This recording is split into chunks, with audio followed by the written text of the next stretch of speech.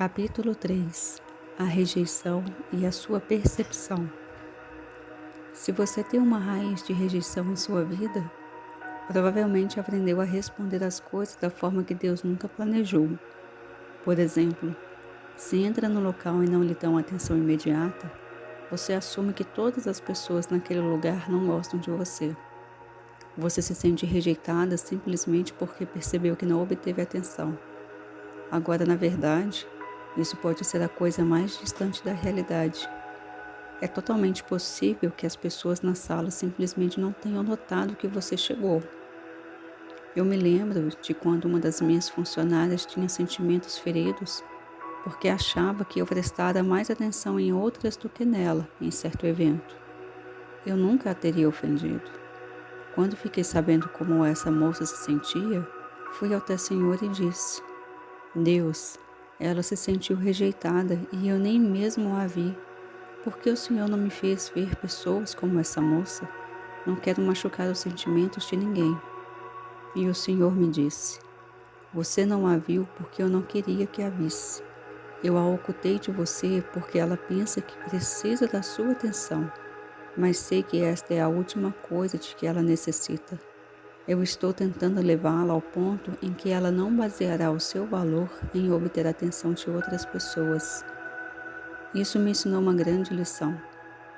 Frequentemente, o que nós pensamos não é o de que realmente precisamos.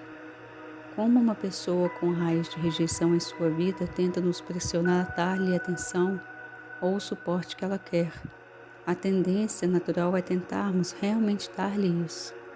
Pensamos que estamos ajudando e abençoando, mas se não atentarmos para a direção de Deus, nossa atitude pode ser a última coisa de que a pessoa realmente precisa. Ao tentarmos lhe dar o que quer, podemos estar mantendo-a presa aos seus problemas bem mais tempo do que ficaria de outra forma. Com o objetivo de ser livre, devemos deixar que Deus tire seu apoio. Isso pode fazê-la se sentir muito insegura e desconfortável por um tempo, mas é necessário. A cura envolve dor. O amor real não aliviará a dor, caso a atitude de enfrentar signifique melhor a longo prazo. Uma pessoa com raiz de rejeição não se sente bem a respeito de si mesma. Ela está operando com uma deficiência emocional. Não aprendeu que o seu valor é baseado naquilo que ela é em Cristo, e não na forma como outras pessoas reagem a si.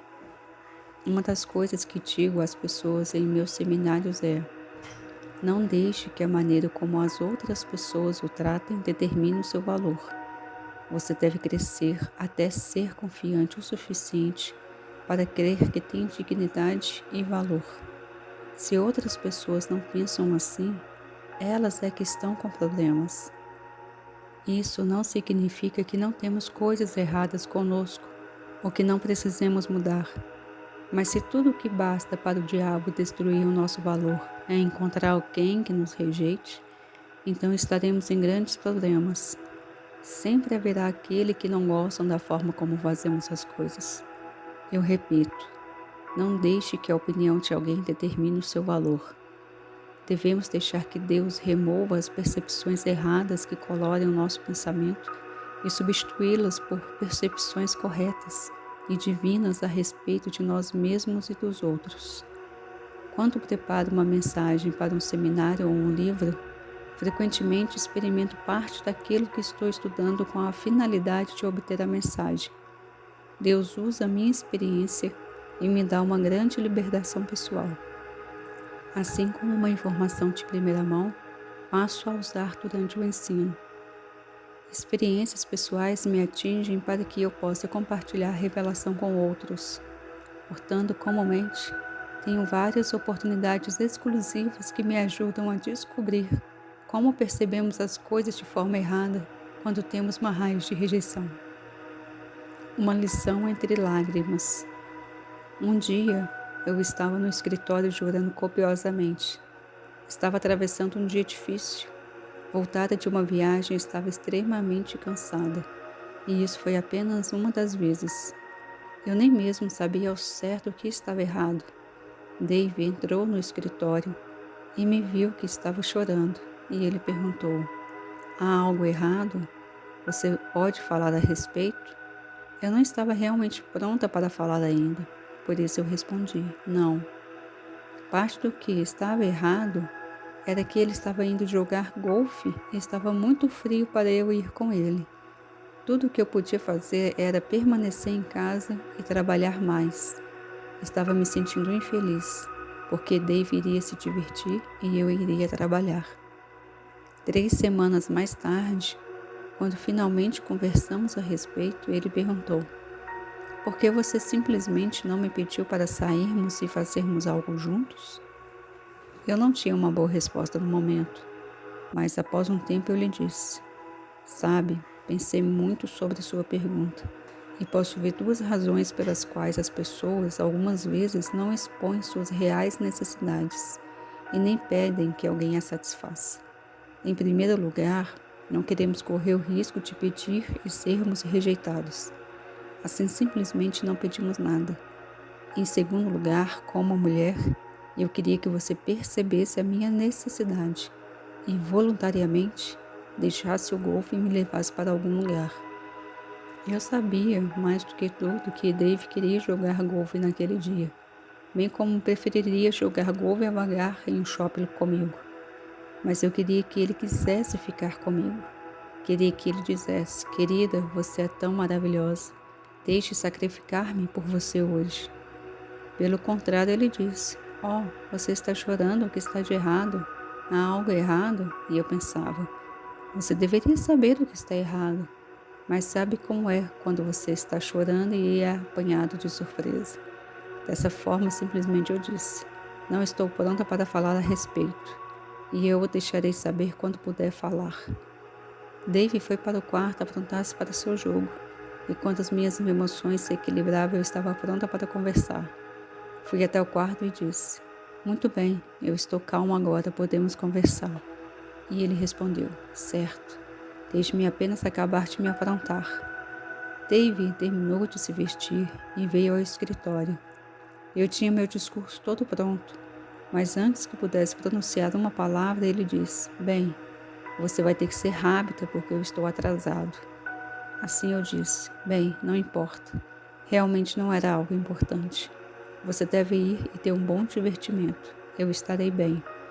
E ele respondeu: muito bem. Vejo você à noite quando voltar. Chorei o resto do dia. Eu me senti esmagada. O tempo todo eu estava pensando: que bobagem. Eu sei que meu marido me ama. Eu sei que ele não me machucou de propósito. Mas por que me sinto tão mal? Bem, descobri algo nesse episódio. Não somente Deus cura as nossas feridas emocionais por causa da rejeição do passado, mas Ele também cura os nossos hematomas. Muitas vezes somos feridos em certas áreas porque esses hematomas ainda estão em processo de cura. Eu já tinha obtido um grande nível de cura. Esse tipo de episódio de choro já não acontecia frequentemente. Creio que isso ocorrera por 2 razões: ensinar-me algo novo, dar-me um novo nível de libertação e preparar este ensino a respeito da raiz da rejeição. O que Deus me mostrou é que a dor da rejeição emocional vai além do nosso raciocínio. Ela ultrapassa o nosso pensamento racional. Eu podia ser bastante razoável e dizer: sei que Dave me ama e não quer me machucar por nada. Sei, eu sei. Mas eu ainda estava machucada emocionalmente. Não compreendia a razão. Esse sentimento de dor ia e vinha. Então mais algumas coisas aconteceram para tirar lenha ao fogo. Finalmente, após 2 ou 3 semanas, recebi uma revelação sobre a rejeição que grandemente me ajudou e creio que irá ajudá-lo. Dave e eu finalmente conversamos sobre o dia quando ele me viu chorando no escritório. Quando comecei a descrever meus sentimentos, ele disse: você deve estar brincando. Sabe o que eu pensei quando vi você chorando no escritório? Pensei que você estivesse intercedendo. Quantas vezes já entrei em seu escritório e a encontrei orando, com lágrimas correndo pelo seu rosto? E eu perguntava: algo errado? E você respondia: não, estou bem, estou apenas orando. Assim, quando eu voltei ao escritório, eu pensei que você estava tentando dizer algo a respeito do que tinha orado. e eu não tinha tempo para conversar mais. Não podia imaginar que era você quem estava com problemas. Veja, o que percebi não era a verdade de forma alguma. Percebi Dave como alguém frio, impessoal, descuidado e egoísta. Mas ele nem mesmo sabia que eu estava com um problema. Meu medo de rejeição me impediu de ser sincera com ele e fiquei machucada. Realmente eu não tinha comunicado o problema de maneira adequada. Percepções podem não ser a realidade. Quantas vezes sofremos de forma insuportável porque alguém não nos deu o que pensamos que deveria nos dar e realmente eles não têm percepção daquilo que pensamos que precisamos? Sua percepção é como você vê as coisas. Quero dizer novamente que, muitas vezes, você sente que alguém o está rejeitando quando na verdade não está. Algumas vezes você sofre muito simplesmente por causa de uma imaginação fértil. Até poucos anos atrás, Dave e eu discutíamos muito, porque às vezes ele não concordava totalmente comigo. E ao concordar comigo, ele estaria dizendo que eu estava certa. E isso me mantinha sentindo-me bem. Eu precisava disso porque, quando estava bem ou estável, eu me sentia confiante, segura e firme.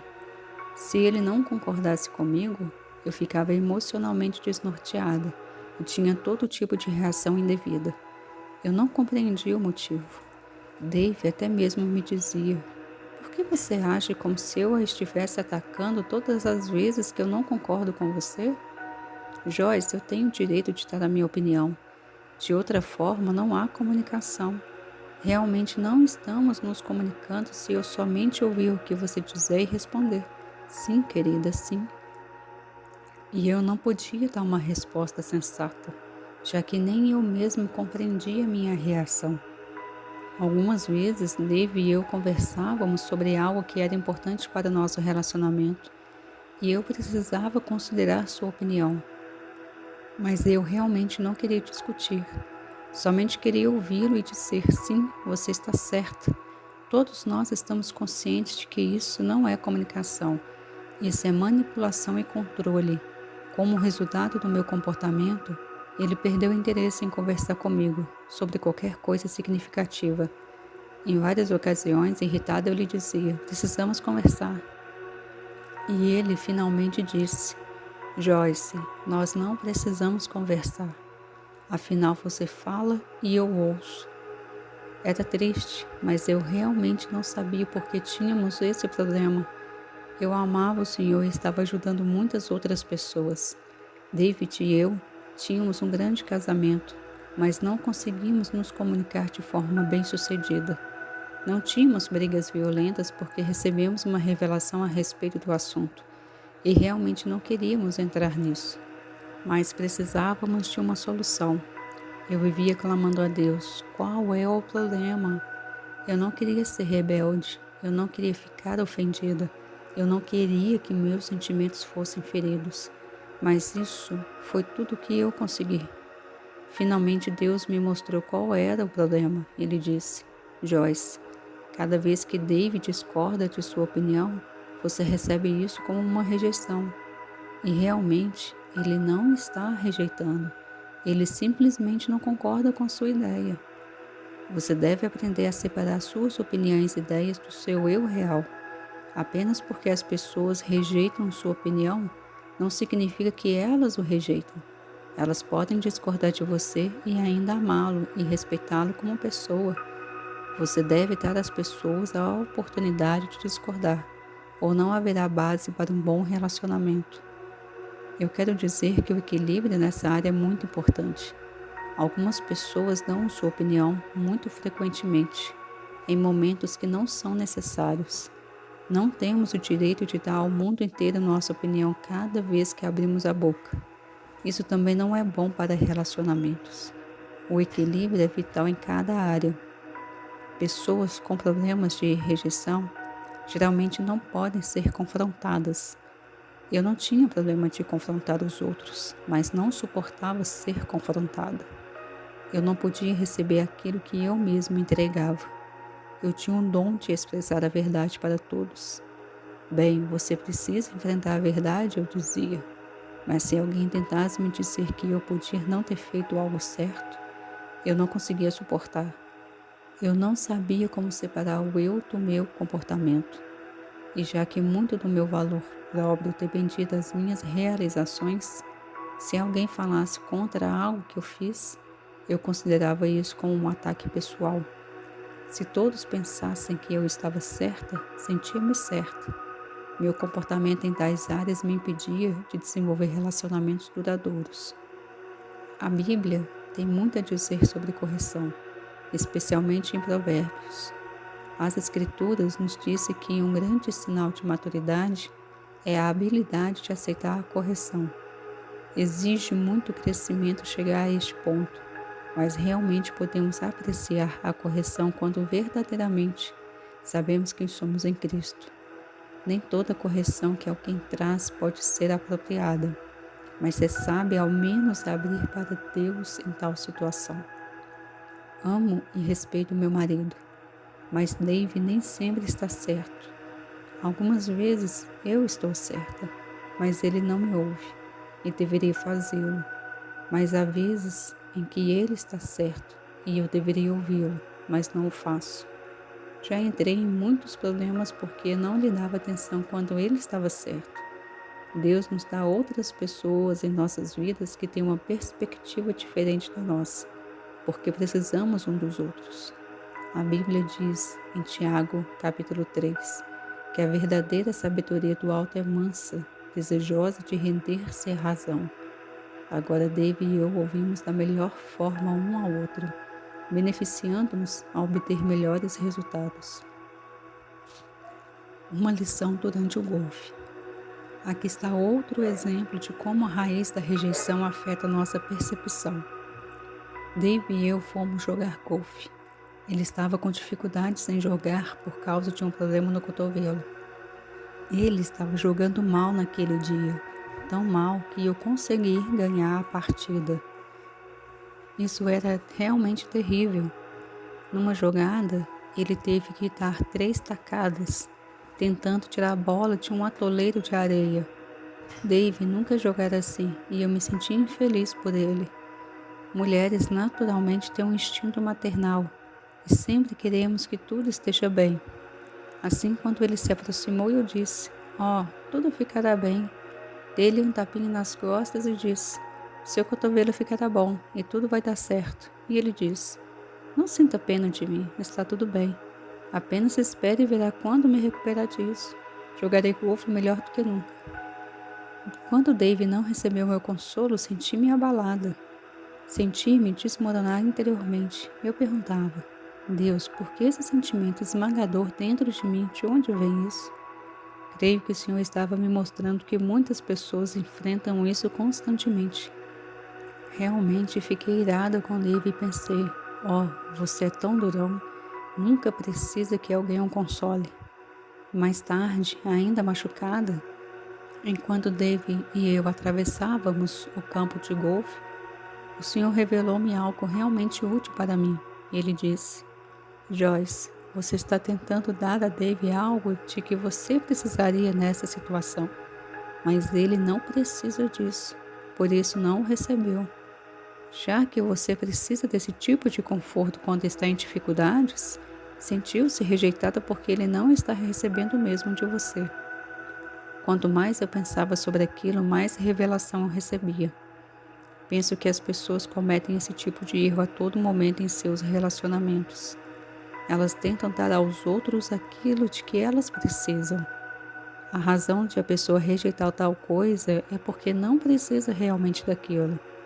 Ela não está fazendo isso de propósito. Não seria diferente de alguém oferecer um copo de água e você recusar porque não está com sede. Uma pessoa firmada na rejeição não pode compreender como alguém que ela ama rejeita seu consolo, porque se alguém pudesse confortá-la, ela ficaria deliciada. Você está tentando dar às pessoas aquilo que você precisa e sentindo-se rejeitado se elas não recebem? Quando compro um presente para alguém, percebo que gostaria de comprar-lhes algo de que eu gosto. mas agora venho tentando pensar naquilo que elas realmente gostariam de ganhar. Algumas vezes, pessoas me dão coisas que simplesmente não têm nada a ver comigo. E antigamente eu me perguntava por que afinal elas compravam aquilo para mim. Mas agora tenho a resposta. Tentamos dar aos outros o que queremos. Creio que essa verdade irá ajudar muitos relacionamentos. Isso certamente me ajudou e oro para que também ajude a você. Uma lição na agência dos Correios. Uma pequena lição ocorreu num dia em que David e eu fomos à agência dos Correios. Gosto que as pessoas prestem atenção em mim enquanto estou falando com elas. Talvez isso tenha a ver com o perfil mestre dentro de mim. David tinha acabado de sair da agência dos Correios e eu estava falando com ele sobre algo que considerava muito importante. Era importante para mim. David é uma daquelas pessoas detalhistas que consegue observar coisas que nem mesmo consigo ver. Assim lá estávamos nós, e eu em intensa conversação, quando subitamente percebi que David não parecia estar prestando atenção em mim, e ele disse: "Olhe só aquele homem saindo da agência, sua camiseta está toda rasgada nas costas." E eu disse: "Dave, estou tentando falar com você sobre algo importante." E ele disse: "Bem, só queria que você visse a camiseta do homem." Eu sentia que ele estava mais interessado na camiseta rasgada do homem do que em mim. Novamente senti aquela rejeição esmagadora. E todo o episódio se devia simplesmente à diferença entre a nossa personalidade. Ele não estava tentando ser rude comigo. Apenas algo lhe chamou a atenção. Isso não deveria ser algo com que devesse me importar, mas eu não conseguia admitir como ele podia ignorar minha grande conversa para observar o homem cuja camiseta estava rasgada. Novamente, recebi aquilo como rejeição. Minha percepção estava errada, ainda afetada, ou talvez devesse ser infectada pela raiz da rejeição em minha vida. É interessante como pensamos de forma diferente quando olhamos as coisas em toda uma existência lidando com a rejeição. Não creio que ainda tenha essa grande raiz de rejeição, pois já experimentei uma grande libertação. Mas descobri que todas as vezes que alguém esteve enfermo numa área em particular, emocional ou física, há uma pequena sensibilidade nessa área, um hematoma. Algumas vezes, por um longo tempo após a pessoa receber a cura, ela ainda será um pouco sensível em tais áreas. Se isso o descreve, não fique desencorajado. Deixe cada incidente ser uma experiência de aprendizagem. Então você poderá ser impulsionado a seguir adiante e não puxado para trás. Testando a revelação. Dave e eu tínhamos planejado sair da cidade no Dia das Mães. Meu filho, David, telefonou-me e me convidou para um jantar. E ele perguntou: "Você tem compromisso segunda noite?" E eu respondi: "Não." E ele prosseguiu: "Bem, seus 4 filhos vão levá-la para comemorar o Dia das Mães, já que você não estará na cidade no domingo. Apenas nós 4 e você. Nem papai, nem os cônjuges estão convidados." Imediatamente eu disse: "Você não vai convidar o seu pai?" E ele respondeu: "Não, ele não é nossa mãe. Pensamos em fazer algo diferente, algo especial. Geralmente, quando estamos com você, todos ali, todos juntos, todos os cônjuges, papais e todo mundo. Pensamos que seria melhor para você ter uma comemoração apenas com seus 4 meninos." Eu pensei: bem, sim, seria interessante. Mas eu lhe disse: "Não queremos machucar os sentimentos do seu pai, não queremos ofendê-lo." Meu filho respondeu: "Você acha que ele ficaria machucado?" "Não quero machucar ninguém." "Se você acha que o papai deve ir, vá em frente e o convide. Mas não penso que ele se importaria." Comecei a pensar sobre aquilo e percebi que estava respondendo à situação de acordo com a minha maneira de sentir, caso os meninos convidassem David para jantar e não me levassem. Essa foi uma verdadeira revelação para mim. Percebi que, muitas vezes, respondemos às outras pessoas baseados naquilo que nós mesmos sentimos. Apenas imaginei como me sentiria se meus filhos dissessem: "Vamos levar papai para jantar." E eu diria: "Ótimo, onde nós iremos?" E meus filhos responderiam: "Bem, realmente, mamãe, você não irá." Levaremos apenas o papai. Vocês não vão me levar? Bem, o que há de errado comigo? O que vocês têm contra mim? E novamente meu filho disse: Não imagino o papai sentindo-se rejeitado se não os levarmos para jantar no Dia das Mães. Mas faço o que achar melhor. E assim eu pensei: bem, vou fazer um teste. Fui até David e disse: Os meninos estão querendo me levar para jantar no Dia das Mães. Apenas os 4 e eu. O que você acha? E ele disse: eu acho uma grande ideia. Vou para o clube jogar golfe. Meu marido é tão seguro. Apenas recentemente Dave e eu conversamos sobre isso. E eu disse: Dave, você não tem ideia do quanto me abençoa por ser tão seguro. E ele não se importa com o que os outros pensam. Nunca lhe ocorreu que seus filhos o estavam rejeitando simplesmente porque me levaram para um jantar sem ele. E eu perguntei: qual foi seu primeiro pensamento quando eu disse que os meninos me levariam para jantar e não convidaram você?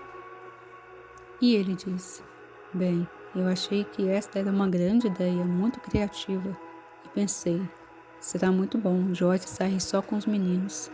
Aproveitarei a oportunidade para sair e jogar golfe e jantar com meus amigos. Ele apenas achou que aquela seria uma grande oportunidade. Antes de encerrar este capítulo, lembre-se sempre de chegar à sua percepção quando você se sentir rejeitado. Apenas porque se sente rejeitado ou percebe rejeição numa situação, não significa que esteja sendo realmente rejeitado.